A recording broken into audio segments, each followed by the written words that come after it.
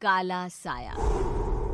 यूं तो बनारस घाट अपनी खूबसूरती के लिए बहुत प्रचलित है, पर घाट के किनारे कई राज लिए बैठे हैं। ये कहानी शुरू होती है बनारस के घाट के पास बने ममता निवास से, जहाँ प्रिया लाल जोड़े में ममता के घर उसकी बहू बनकर आती है।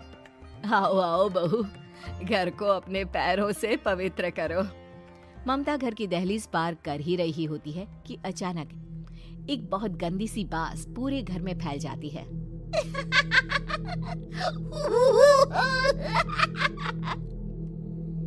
ये बदबू और ये आवाजें, ये कौन हंस रहा है माँ? अब ये पड़ोसी ना हमारे थोड़े अलग से है। कहाँ हम शाकाहारी और ये मांस मच्छी खाने वाले। छोड़, तू ध्यान मत दे और गृह प्रवेश कर। और हाँ बहू, अपनी सास की एक बात हमेशा याद रखना, इन पड़ोसियों से तो कभी बात नहीं करेगी। अच्छे लोग नहीं है ये। अपनी सास की ये बात मानेगी ना बेटा? हाँ माँ, जो आपकी मर्जी, मैं उनसे बात नहीं करूंगी। अगले दिन प्रिया अपनी पहली रसोई बनाने रसोई घर में जाती है।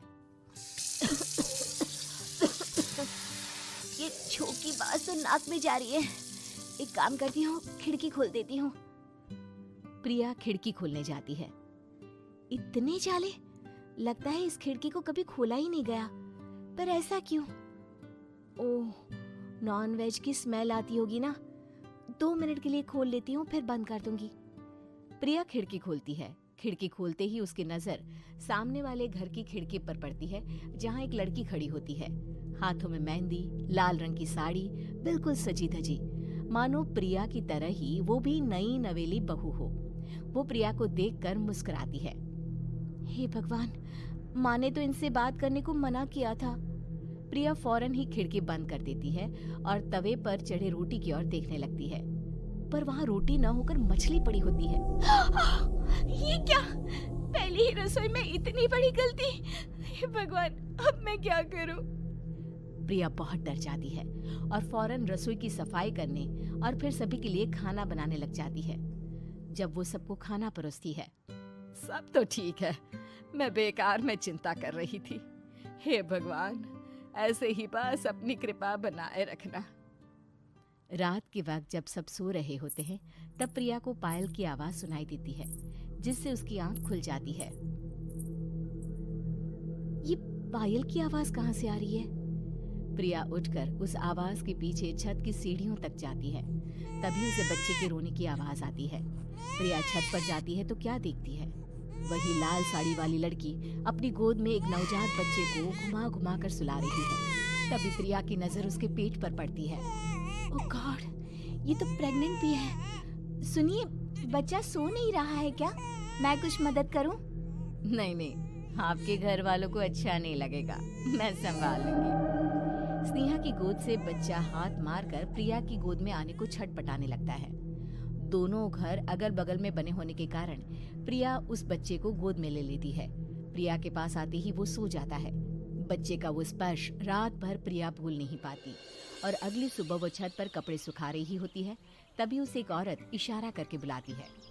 स्नेहा कह रही थी बाबू तुम्हारी गोद में आते ही सो गया। मैं गौरी, स्नेहा की माँ हूँ। बहू, घर आना, बाबू को खिला भी लेना। शाम को जब घर पर कोई नहीं रहता, बच्चे से मिलने के लिए प्रिया छिपकर अपनी पड़ोसन के घर चली जाती है और कुछ देर बच्चे को खिलाकर वापस लौट आती है। इसके कुछ दिन बाद ही प्रिया को पता चलता है कि वो माँ बनने वाली है। ममता की खुशी का ठिकाना नहीं रहता।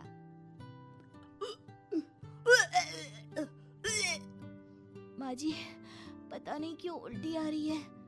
प्रिया भागती हुई वॉशरूम में जाती है तो हरे और लाल रंग की उल्टी करती है। उस उल्टी में से कीड़े निकलते हैं। ये क्या? खून और ये कीड़े! माँ! माँ!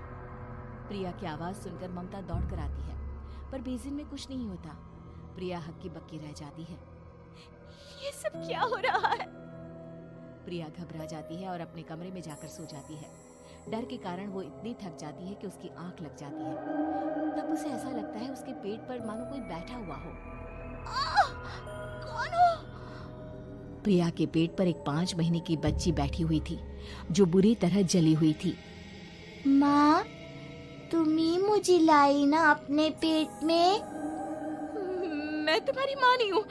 कौन हो तुम? माँ, देखो मैं जल गई बुरी तरह से। 6 महीने पेट में रहने को भी मुझे नहीं मिला। सहला दो ना माँ। बचाओ, बचाओ, माँ। ममता दौड़कर कमरे में आती है। प्रिया की बातें सुनकर वो सब समझ जाती है। तू कहीं बगल वाले घर में तो नहीं जाकर आई ना बहू? मुझे माफ कर दो, मैं गई थी माँ। उस घर में सब मरे हुए हैं बहू। कई साल पहले स्नेहा उस घर में बहू बनकर आई थी। कुछ ही दिन में वो एक बच्चे को जन्म देने वाली थी। पूरा घर बच्चे के आने की खुशी में खोया था कि एक दिन अचानक उस घर में आग लग गई। सब बुरी तरह जलकर मर गए। गौरी आज भी दादी बनने का इंतजार कर रही है और इसीलिए स्नेहा ने अपना अजन्मा बच्चा तुम्हारी कोख में डाल दिया। ममता ये कह रही होती है कि पीछे से उसके पैरों को एक बच्चा पकड़ लेता है। दादी, दादी। माँ, स्नेहा की गोद में यही बच्चा था। ये बच्चा कौन है फिर? तेरी मौत है। तेरी भी दादी। जिस चीज का ममता को डर था वही हो गया। ममता निवास के ऊपर मौत ने चादर बिछा दी थी। प्रिया का पेट ऐसे बढ़ जाता है मानो 9 महीने का हो। 2 हाथ उसके पेट से बाहर निकलते हैं। बहू, संतोष को फोन कर, किसी पंडित जी को बुला बहू।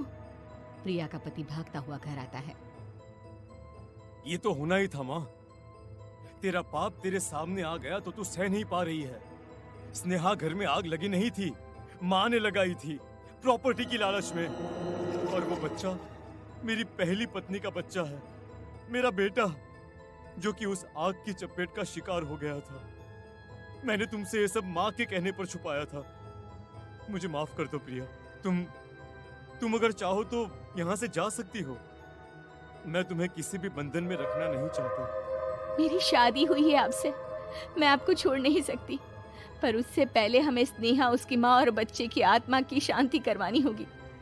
संतोष और ममता गौरी के घर जाते हैं। अंदर सब कुछ जला हुआ होता है। जमीन पर जली हुई लाशें बिखरी हुई थी। ममता रो रो कर अपनी करने की माफी गौरी से मांगती है।